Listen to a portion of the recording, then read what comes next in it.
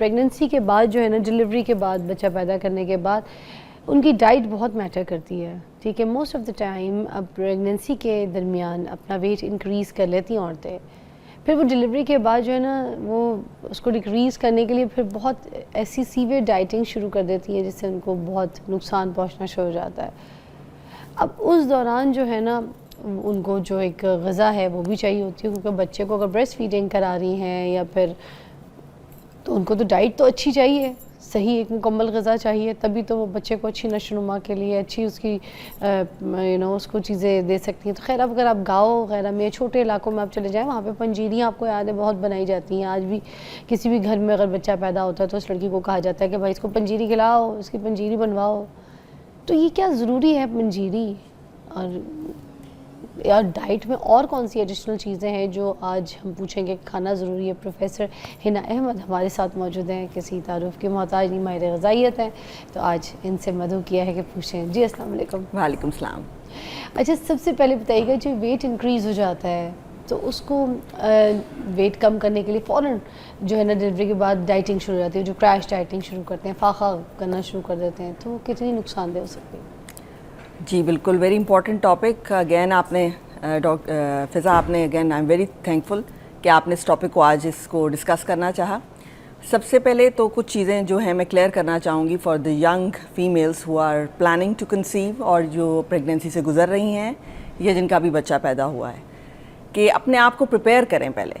یعنی پریگنینسی جب آپ پلان کر رہے ہوتے ہیں، ینگ بچیاں ہیں، ایک ایکچولی آپ کو سمجھنا اس طرح ہے کہ یہ ایک ویشیس سائیکل ہے. یعنی ویٹ گین ہو جانا اور پھر بعد میں لوز کرنا آفٹر ڈلیوری، یہ ایک امپورٹنٹ آپ کا کویسچن ہے. لیکن اس کو ہم تھوڑا سا پیچھے سے شروع کرتے ہیں. اب ایک بچی ہے جس کی شادی ہو رہی ہے اور اس نے اپنے آپ کو پریپیئر کرنا ہے کہ جی اس کا ویڈنگ پر وہ اچھی لگے. وہ کرتی کیا ہے کہ they start doing excessive dieting کہ وزن کم ہو جائے. اور وہ میں کہوں گی کہ یہ ایک آرٹیفیشل طریقہ ہے، کیونکہ بہت کریش ڈائٹنگ ہوتی ہے اور اس وقت تو ریزلٹس کچھ نظر آ رہے ہوتے ہیں. لیکن کیا ہوتا ہے کہ within few months that particular young girl gets pregnant. تو کیا ہوتا ہے کہ وہ اس کی باڈی ابھی پریپیئرڈ ہی نہیں ہوتی، ابھی وہ پریپریشن کے اس موڈ میں نہیں ہوتی کہ وہ پریگنینسی کا سارا جو ایک آپ سمجھ لیجیے اٹس ماں کے کہتے ہیں نا پیروں تلے جنت ہے، تو اس کا اس کی کوئی حکمت ہے. کیونکہ جو 9 months جو آپ کی باڈی میں چینجز آ رہے ہوتے ہیں ڈیورنگ دا پریگنینسی، اگر آپ اس کے لیے تیار ہی نہیں ہیں تو آپ ویل امیجن کر سکتے ہیں کہ آگے اینڈ کیا ہوگا.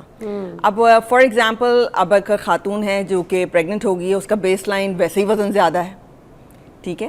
سو کیا ہوگا کہ وہ پریگننسی کے دوران بڑھے گا. یہ بات سمجھنے کی ہے کہ پریگننسی کے دوران کتنا وزن بڑھنا چاہیے. دس از ویری امپورٹنٹ کہ بیس لائن سے 1000 سے 1200 kg آپ بڑھا سکتے ہیں، ٹھیک ہے. یعنی 12 kg وزن آپ بڑھا سکتے ہیں. اب کرتے کیا ہیں کہ بیس لائن وزن آپ کا پہلے ہی زیادہ ہے، اور پھر جب پریگننسی اسٹارٹ ہوئی ہے تو آبویسلی وہ تھرو آؤٹ دا پریگننسی. اب اس کی 3 phases ہوتی ہیں پریگننسی کی: first trimester, second trimester and third trimester. First trimester میں صرف بچے کی ابھی سمجھ لیجئے شیپ اپ ہو رہا ہوتا ہے بچہ.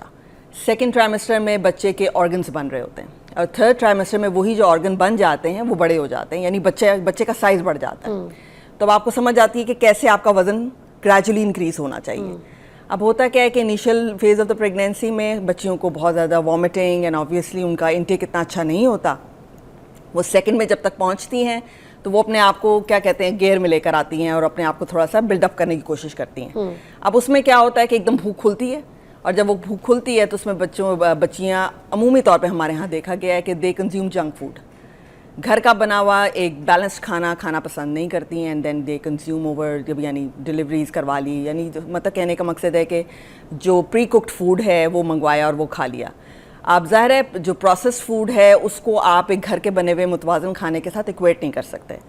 پھر بات کرتے ہیں یہی پریگننسی جب تھرڈ ٹرائمیسٹر میں جاتی ہے، اس میں ایکسیسولی ویٹ گین ہوتا ہے کیونکہ بچے کا سائز بڑا ہوتا ہے، امنیوٹک فلوئڈ بڑھتا ہے، پلیسنٹا کا سائز بڑھ جاتا ہے، تو غذائی ضروریات بڑھ جاتی ہیں. پھر کیا ہوتا ہے کہ یہی بچیاں جو ہیں وہی والی بات کہ یہ وہ جو کھانے کا ایک آپ کا ایک بنا ہوتا ہے سسٹم، اسی کو آگے لے کے چلتی ہیں اور یہ خیال نہیں رکھتی ہیں کہ وزن کتنا بڑھتا جا رہا ہے. اب یہی بچی جب بچہ ڈیلیور کرے گی تو ظاہر ہے ڈیلیوری پہ بھی تو دیکھیے, اب اگر فرض کریے ایک بچی کا ہم سوچتے ہیں کہ بیس لائن وزن اگر 60 kg تھا at the start of the pregnancy, تو ریکمینڈیڈ ہے کہ اس کا 72 kg تک جائے by the end of the pregnancy, جو کہ ریکمینڈیڈ ہے.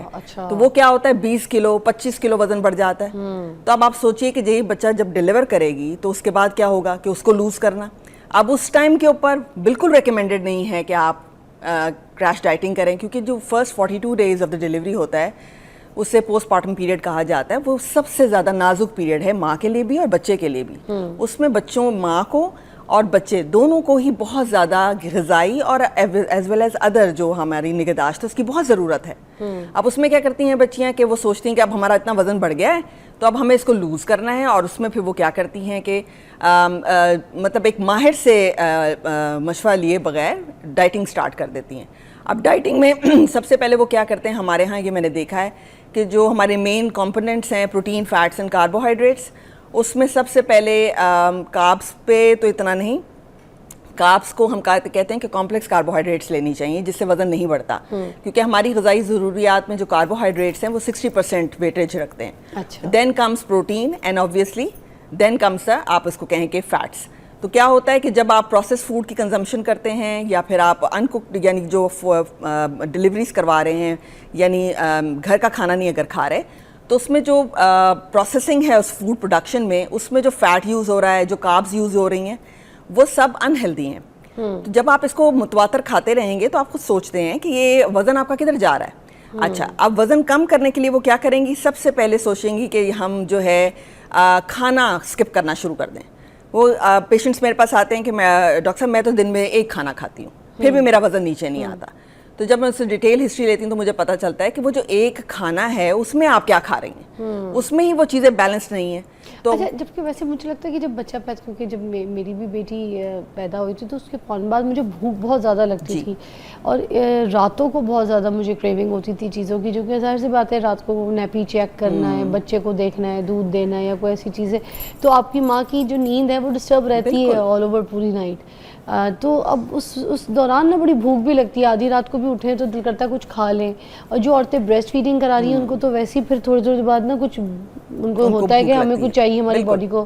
تو پھر اس ٹائم پہ پھر یہ کیسے کریش ڈائٹ اور پھر بچے کی نشو و نما کی جو چیزیں جو ماں کے باڈی سے مل رہی ہے بچے کو, وہ کیسے پوری ہوگی؟ بالکل دیکھیے جی, ایک تو پہلے سمجھانے کی بات یہ ہے کہ وہ انیشیل 6 months تو بالکل نہ سوچیں کہ وہ ڈائٹ کریں گی بچہ پیدا کرنے کے بعد, کیونکہ وہ خود اپنی ریکور کر رہی ہے. اگر وہ نارمل ڈیلیوری ہے یا سیزرین سیکشن ہے, دونوں صورتوں میں اس کی باڈی جو ہے ابھی اس کو ریپیئر چاہیے.